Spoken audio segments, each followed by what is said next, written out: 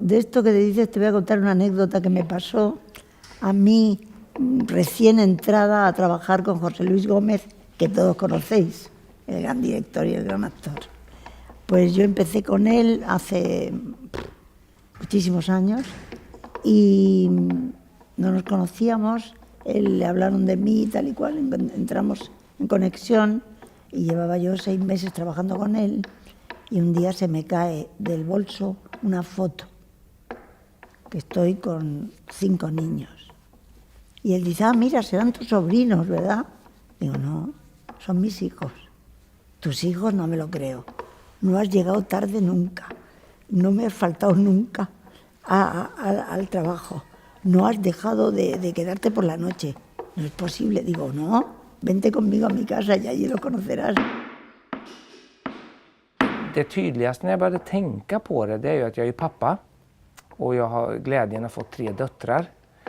Och där började vi resonera om det. Och jag spelade som sagt mycket när jag var professionell musiker. Och mina barn var med mycket när de var små. Och vid ett tillfälle så sa min äldsta dotter som då kanske var 10. Och de hade varit med mig på en repetition. Och det var på operan. Och man sa, men pappa finns det ingen musik skriven av tjejer?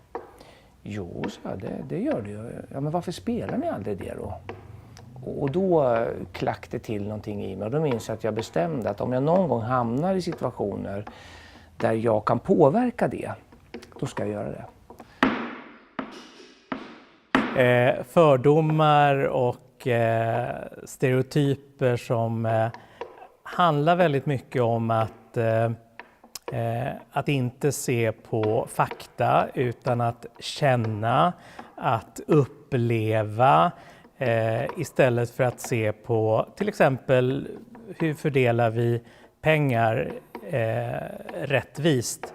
Det kan inte vara så att vi bokar ett program som ser jämställt ut men att 10% av pengarna går till kvinnor och 90% går till män.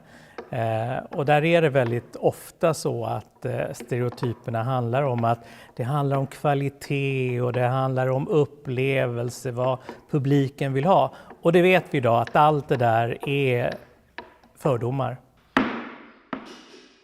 No sé si viene de la problemática de hoy en día o es una problemática de raíces, ¿no? De raíces históricas, de raíces culturales, el daño que ha hecho la religión a lo largo de los siglos. Entonces yo creo que donde se tiene que ir realmente es a la base educativa y a los fundamentos de la igualdad de condiciones, sobre todo, hay que partir, ¿no? Yo creo que se conseguirá que haya igualdad entre razas, mujeres, géneros, tendencias, lo que le quieras llamar, en el momento que haya una igualdad de preparación, de condiciones en cuanto al acceso a la cultura, a los estudios y todo eso, a poco, pues será equitativo de forma natural, ¿no? Es que hace muy poco mi propia madre no podía tener una cuenta en el banco si no era con permiso de mi padre, o sea que no estamos hablando de que sea una cosa de, bueno, es que antes, no, hace muy poco, ¿no? Que no se nos olvide que un paso muy pequeño atrás puede ser muy grave, ¿no? Pero sí es verdad que a ella sí, a la generación de mi madre, se les enseñaba eso en el colegio, entonces eso sí lo tenían más complicado, ¿no? Alguien que le enseñas de base que tú estás diseñada y estás hecha para servir a tu marido, para estarte calladita, que tus problemas no importan y que tú estás ahí y tienes que aguantarte porque no vales para otra cosa. Los hombres hemos sido educados pues para otro tipo de cosas, ¿no? Para que nuestro cuerpo sea algo útil, pues para hacer cosas, pero no para expresar o para como digo, para mostrar belleza, ¿no? Entonces, hacer eso se ha considerado tradicionalmente o de las mujeres o de los homosexuales, ¿no? Entonces, yo mismo no quería aprender a bailar sevillana, me apuntó a la fuerza de mi madre, ¿no? ¿Por qué? Pues porque todos mis amigos decían que eso era de maricón, ¿no? Entonces, las cosas, ¿no? Después me ha alegrado muchísimo, ¿no? Pero claro, tenemos una presión que yo ni recuerdo quién me lo dijo, pero está ahí como una forma de de mandato, ¿no?, que tenemos ahí todos metidos. Está ahí en el ambiente, es como el virus. ¿Lo ves? No. Y está ahí. ¿Está haciendo daño? Sí. Pues es lo mismo que pasa con el machismo. El machismo está ahí. No lo ves, no lo puedes agarrar. Pero hay mujeres que también practican el machismo, porque han aprendido la línea que a lo mejor su madre les enseñó. Los chicos no limpian los platos, los chicos no hacen las camas, los chicos estudian y tú. Toda esa división de trabajos que se hizo, eso ha perjudicado muchísimo a la mujer. Entonces, yo creo que, fíjate que la mujer, cuando entra en las artes escénicas, yo creía que se sentía más libre y que se sentía mejor que en otras profesiones. No es verdad. A mí ya he hablado con actrices que me han dicho que no, ese virus está ahí.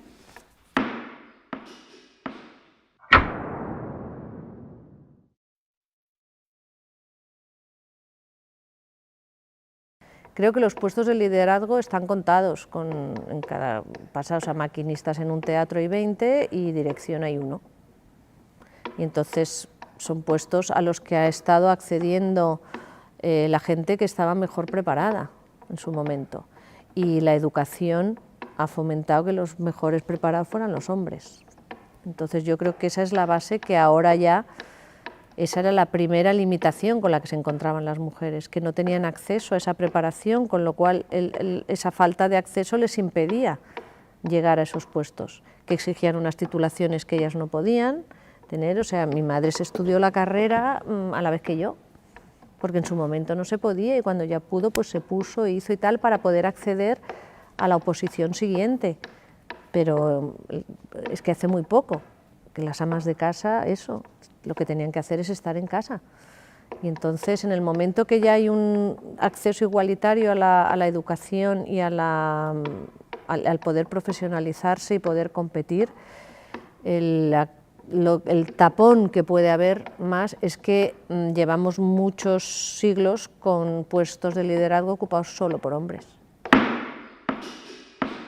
But I know through my own involvement with the National Women's Council, one of the key issues that has come up time and again is the role of women in leadership decision making and public life, and particularly the participation of women on boards. So, you know, we know that where there is equal participation of women on boards, better decisions are made, there is less groupthink, there is more quality decision making, and yet we're still not seeing equality in that area, particularly in corporate and multinational boards. För att åstadkomma förändring så måste ju de som har ägt makten och haft makten och innehaft den platsen flytta på sig och lämna plats och vilja lämna plats, men också kunna erkänna att det kostar någonting att lämna plats.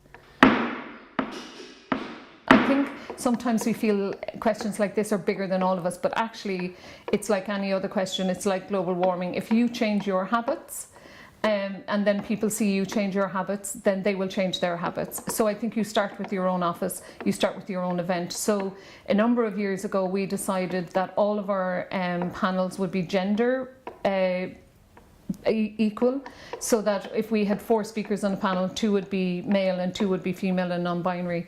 And we've also then 6 years ago decided to do as much as we can. That's not always possible because unfortunately in our industry you really have to go looking for the non-male people working in an organisation, and you have to dig them out. The pleasure in doing that though is that when you find the female label person, they're usually so amazing at their job because they have to do their job so better to be even seen alongside a male in their organisation for promotion, that you're very often unearthing some amazing gems. And then because you're the event that shone a light on them and invited them to speak at a global event, then they become just such great pals of Ireland. So it's not a selfless endeavour.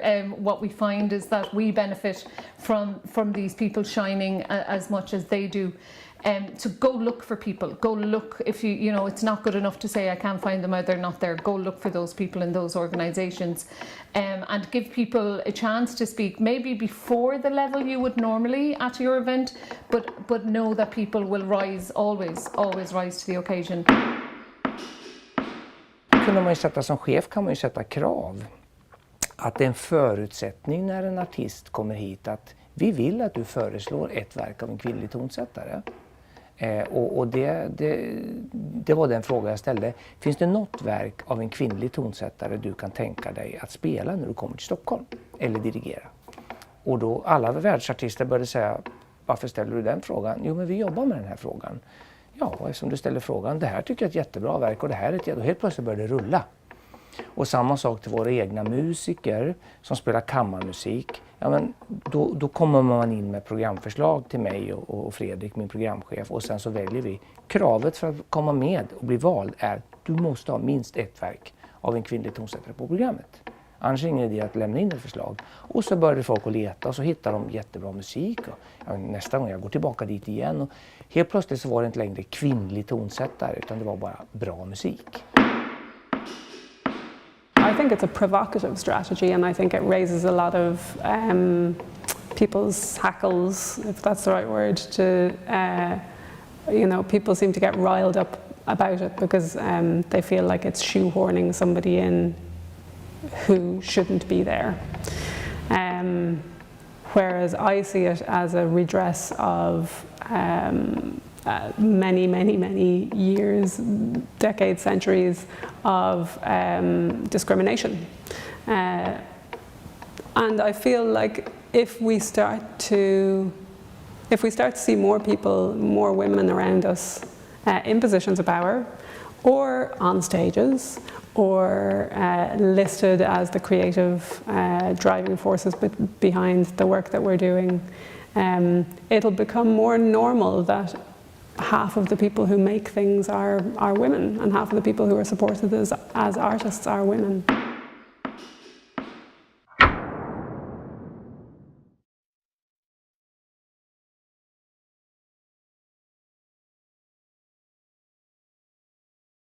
So the gender pay gap is obviously an issue that is all pervasive. It's been in Ireland quite a topic of conversation for a number of years. In fact, up until our joining the EU in 1973, the Irish gender pay gap between men and women was anything up to about 50%. It was a particularly stark figure at the time. So now we know it's between 14 and 16%, but that's still not acceptable. I think really the key thing that organisations and government in general at policy level need to be focusing on is key directives in this area. Reporting is really important. So, what gets measured gets done. So I think organisations really need to be taken to task on why there are gender pay gaps. There's absolutely no reason why women and men shouldn't be paid the same for the same work and the same job. So I think those are the kind of key focus areas that really need to be looked at from a policy perspective. Jag har fått lägre lön än annan, men jag har varit väldigt påstridig och ställt frågan vad får den här personen i lön jämfört med mig själv. Men det är ju också en kamp man måste bedriva hela tiden och jag tycker det är ganska tråkigt. Man får göra det fortfarande. Men jag önskar att det skulle finnas en transparens och kanske också att det finns, där skulle jag nog tycka det var bra om man hade någon lag, är väl fel att säga, men någon form av liksom tariffer hur det ska, och inte den som skriker högst och så. In terms of policies, global and European and global policies for the gender pay gap, of course gender pay gaps, like every other area of society, exist in the music industry in Ireland and right across the globe. I think we should not ignore the basics. People should be paid for their work, and when people are being paid for their work, their gender should not have anything to do with it. If you are a professional who does a job, you should get paid for that job. Right now in the music industry, people are being paid differently for the same job, and that can't work. That can't be sustained in any industry, and the arts and the music industry that I work in are no different. I think often we look for complicated policies, for complicated questions. This isn't a complicated question. Pay people what they're worth. Pay people equally for the same job. Pay them more for higher jobs and higher earnings. People should be paid for the work they did before they came to you and the network they bring to you as an organisation, and that shouldn't matter whether people are male, female or non-binary. It should be that people are paid for their value and their value within the value chain of whatever industry you work in. it baffles me that the music industry and the arts industry and every industry actually in the world seems to be ignoring that very, very simple fact. Pay people what they're worth. Framförallt så handlar det om att hitta den här jämlika synligheten bland de olika konstformerna, för även där har det ju varit så att under många år när jag jobbade inom dansvärlden så handlar det ju väldigt mycket om att synliggöra danskonsten. Den nutida danskonsten som var i princip otroligt osynliggjord, eftersom det är en majoritet kvinnor som jobbar med den nutida dansen, så var det också, hör och häpna, den konstformen som fick och fortfarande får minst bidrag och offentliga medel. Så att där fanns det ju väldigt tydligt en parallell mellan osynliggörandet och finansieringen. So I think to achieve change, the most important thing is to recognise that the problem is systemic and to address those root causes of inequalities where they're creeping into your working practices. And if you can address those, and that could be from something like looking at how maternity leave affects people's ability to access salary increments. It could be about routes of access. So are your application materials accessible enough? Are your job descriptions keeping people out in a way that you might not even understand that you're doing? And so I think a real willingness to break the mold, to understand that if you keep doing the same thing, you'll get the same results. So actually looking at every single process with fresh eyes and getting outside expertise to help you do that, so that you can change the way that you do things in order to reach different communities and get different results. Creo que está marcado, que ahora sería, bueno, ahora también porque ahora sería un delito. Si de repente hay el cargo es tal y si viene una señora cobra menos. Pero es verdad que sí me llega que hay en el mundo audiovisual y en otras tal de las partes artísticas sí siguen cobrando más los hombres. De hecho, en casi todas las galas de los Goya y de no sé qué, siempre hay alguna mujer que reivindica que esa diferencia salarial existe. Para mí, el feminismo es una revolución contracultural. Hay una cultura en que tiene relegada a la mujer, en que ya asignado si es productiva o no es productiva, la mujer es así, y si no la tengo me estorba menos, porque así yo tengo el poder. Pero es que contra esa contracultura hay que luchar los dos.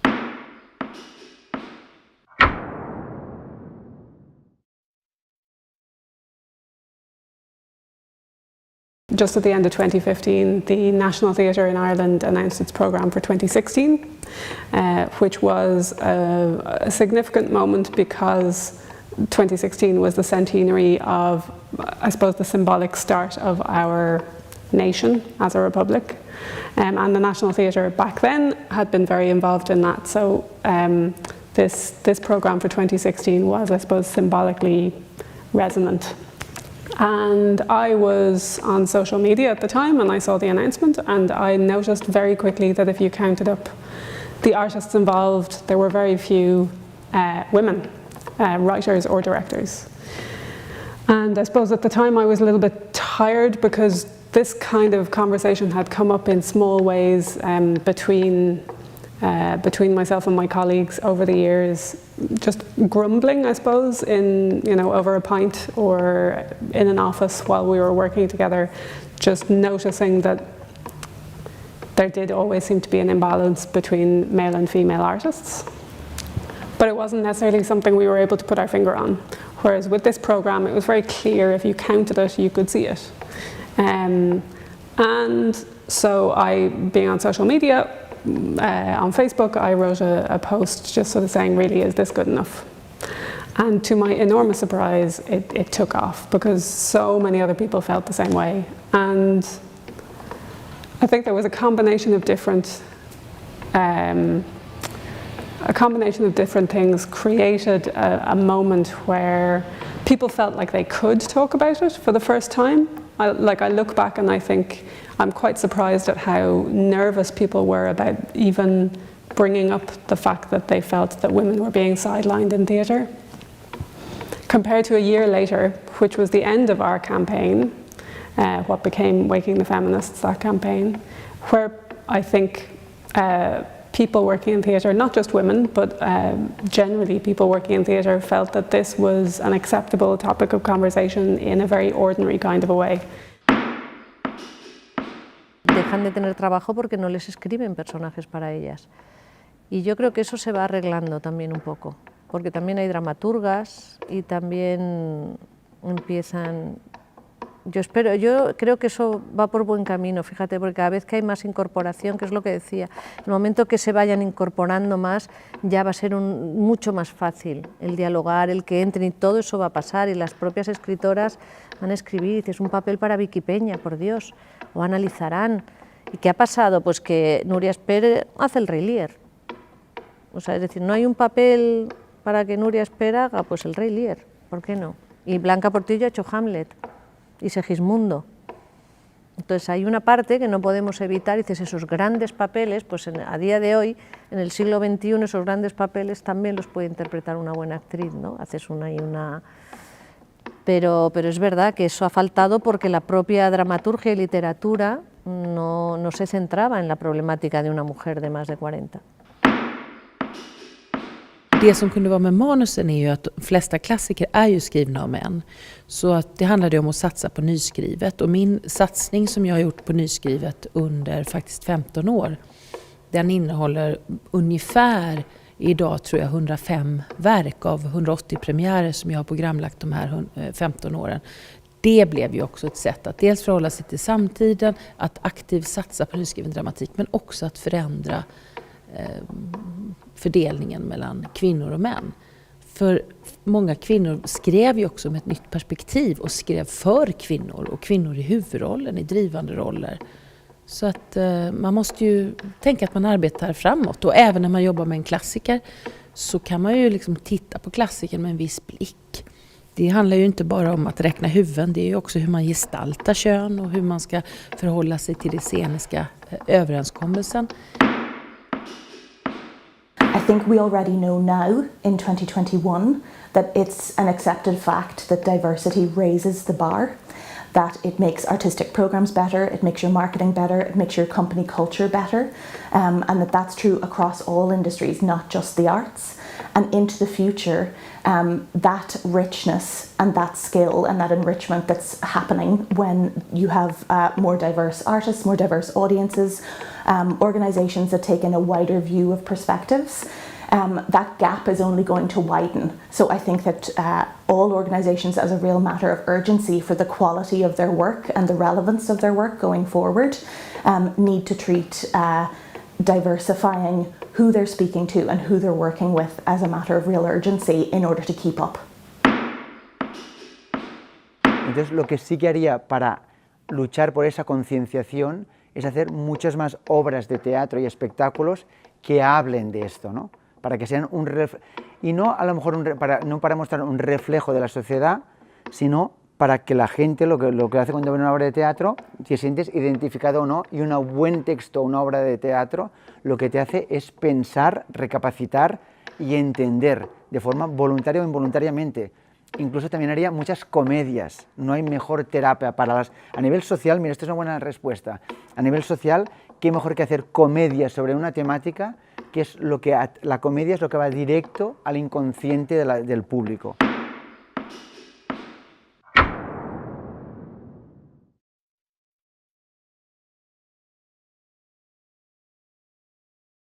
It's really interesting for me that it has rankled male professionals and artists who think they're right on, but aren't.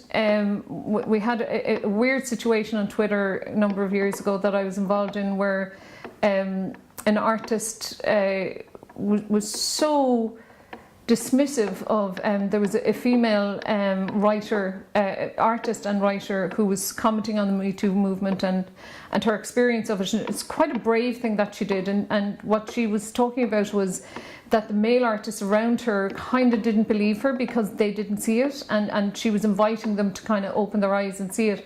And this particular male artist in Ireland insisted that because there were women on his team, then there was no there was no problem with the music industry in Ireland, and that no one suffered sexism or anything, and went as far as to say to me on Twitter that of course I haven't, because I'm too strong and no one would dare cross me, which is ridiculous. Of course I weekly suffer from sexism in the music industry, even how I'm talked about in the music industry.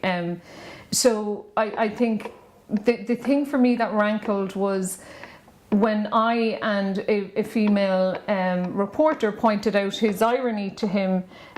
He asked us for proof of where we had experienced sexism, but when a male artist and a male journalist pointed it out to them, he thanked them for the education moment, and we both pointed out the same thing. So we've a lot of work to do in Ireland, and people, I think, don't recognise the difference between sexual attacks and sexual inappropriateness and sexism.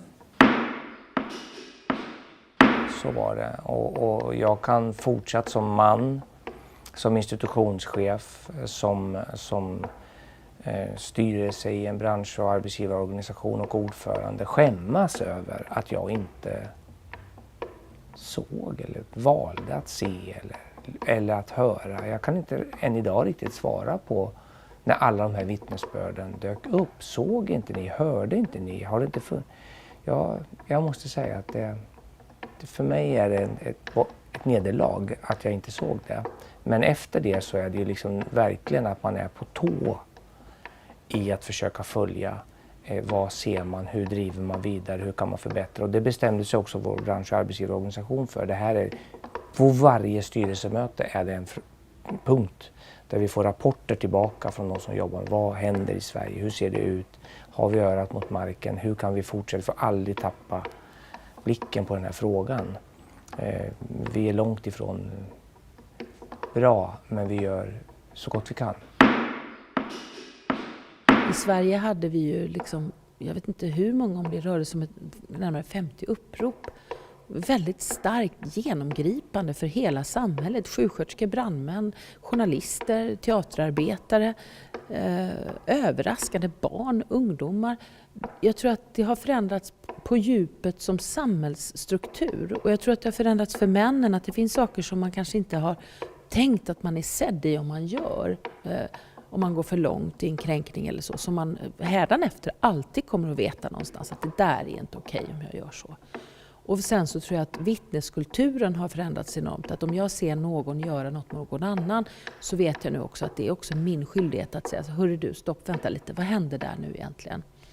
Så att det finns liksom både stöttning och liksom en blick på allas rätt till sin egen kropp som MeToo handlar om. Det är inte bara jämställdhet, men jag tror att sexuella trakasserier och tycker att sexuella trakasserier är den mest aggressiva formen för ett uttryck av bristen på jämställdhet. Det speglar liksom bristen på jämställdhet. Att oftast när vi börjar en produktion så pratar vi om hur vill vi att det här rummet ska vara och vad är det som är tillåtet och inte tillåtet i många, på alla plan då. Hur man repeterar och det här med närhet och så. Och också mina tidigare arbetsplatser hade vi också en policy.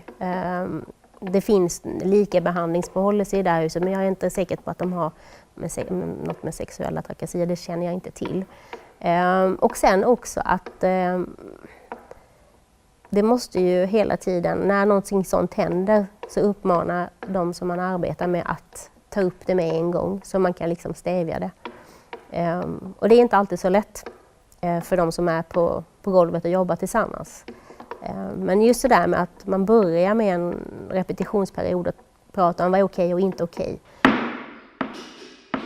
Jag tror att el feminismo está abriéndonos los ojos a todas las personas, muchísimo. Yo no he conocido en estos últimos años un movimiento más fecundo, la verdad, ¿no? Pues porque revisa todo absolutamente, ¿no? Desde la historia, desde las relaciones personales, las laborales, todo realmente, ¿no? Entonces, ya está bien, ¿no? Vamos a decir, mira, me arriesgo a perder algunos de mis privilegios, pero que yo abre los ojos.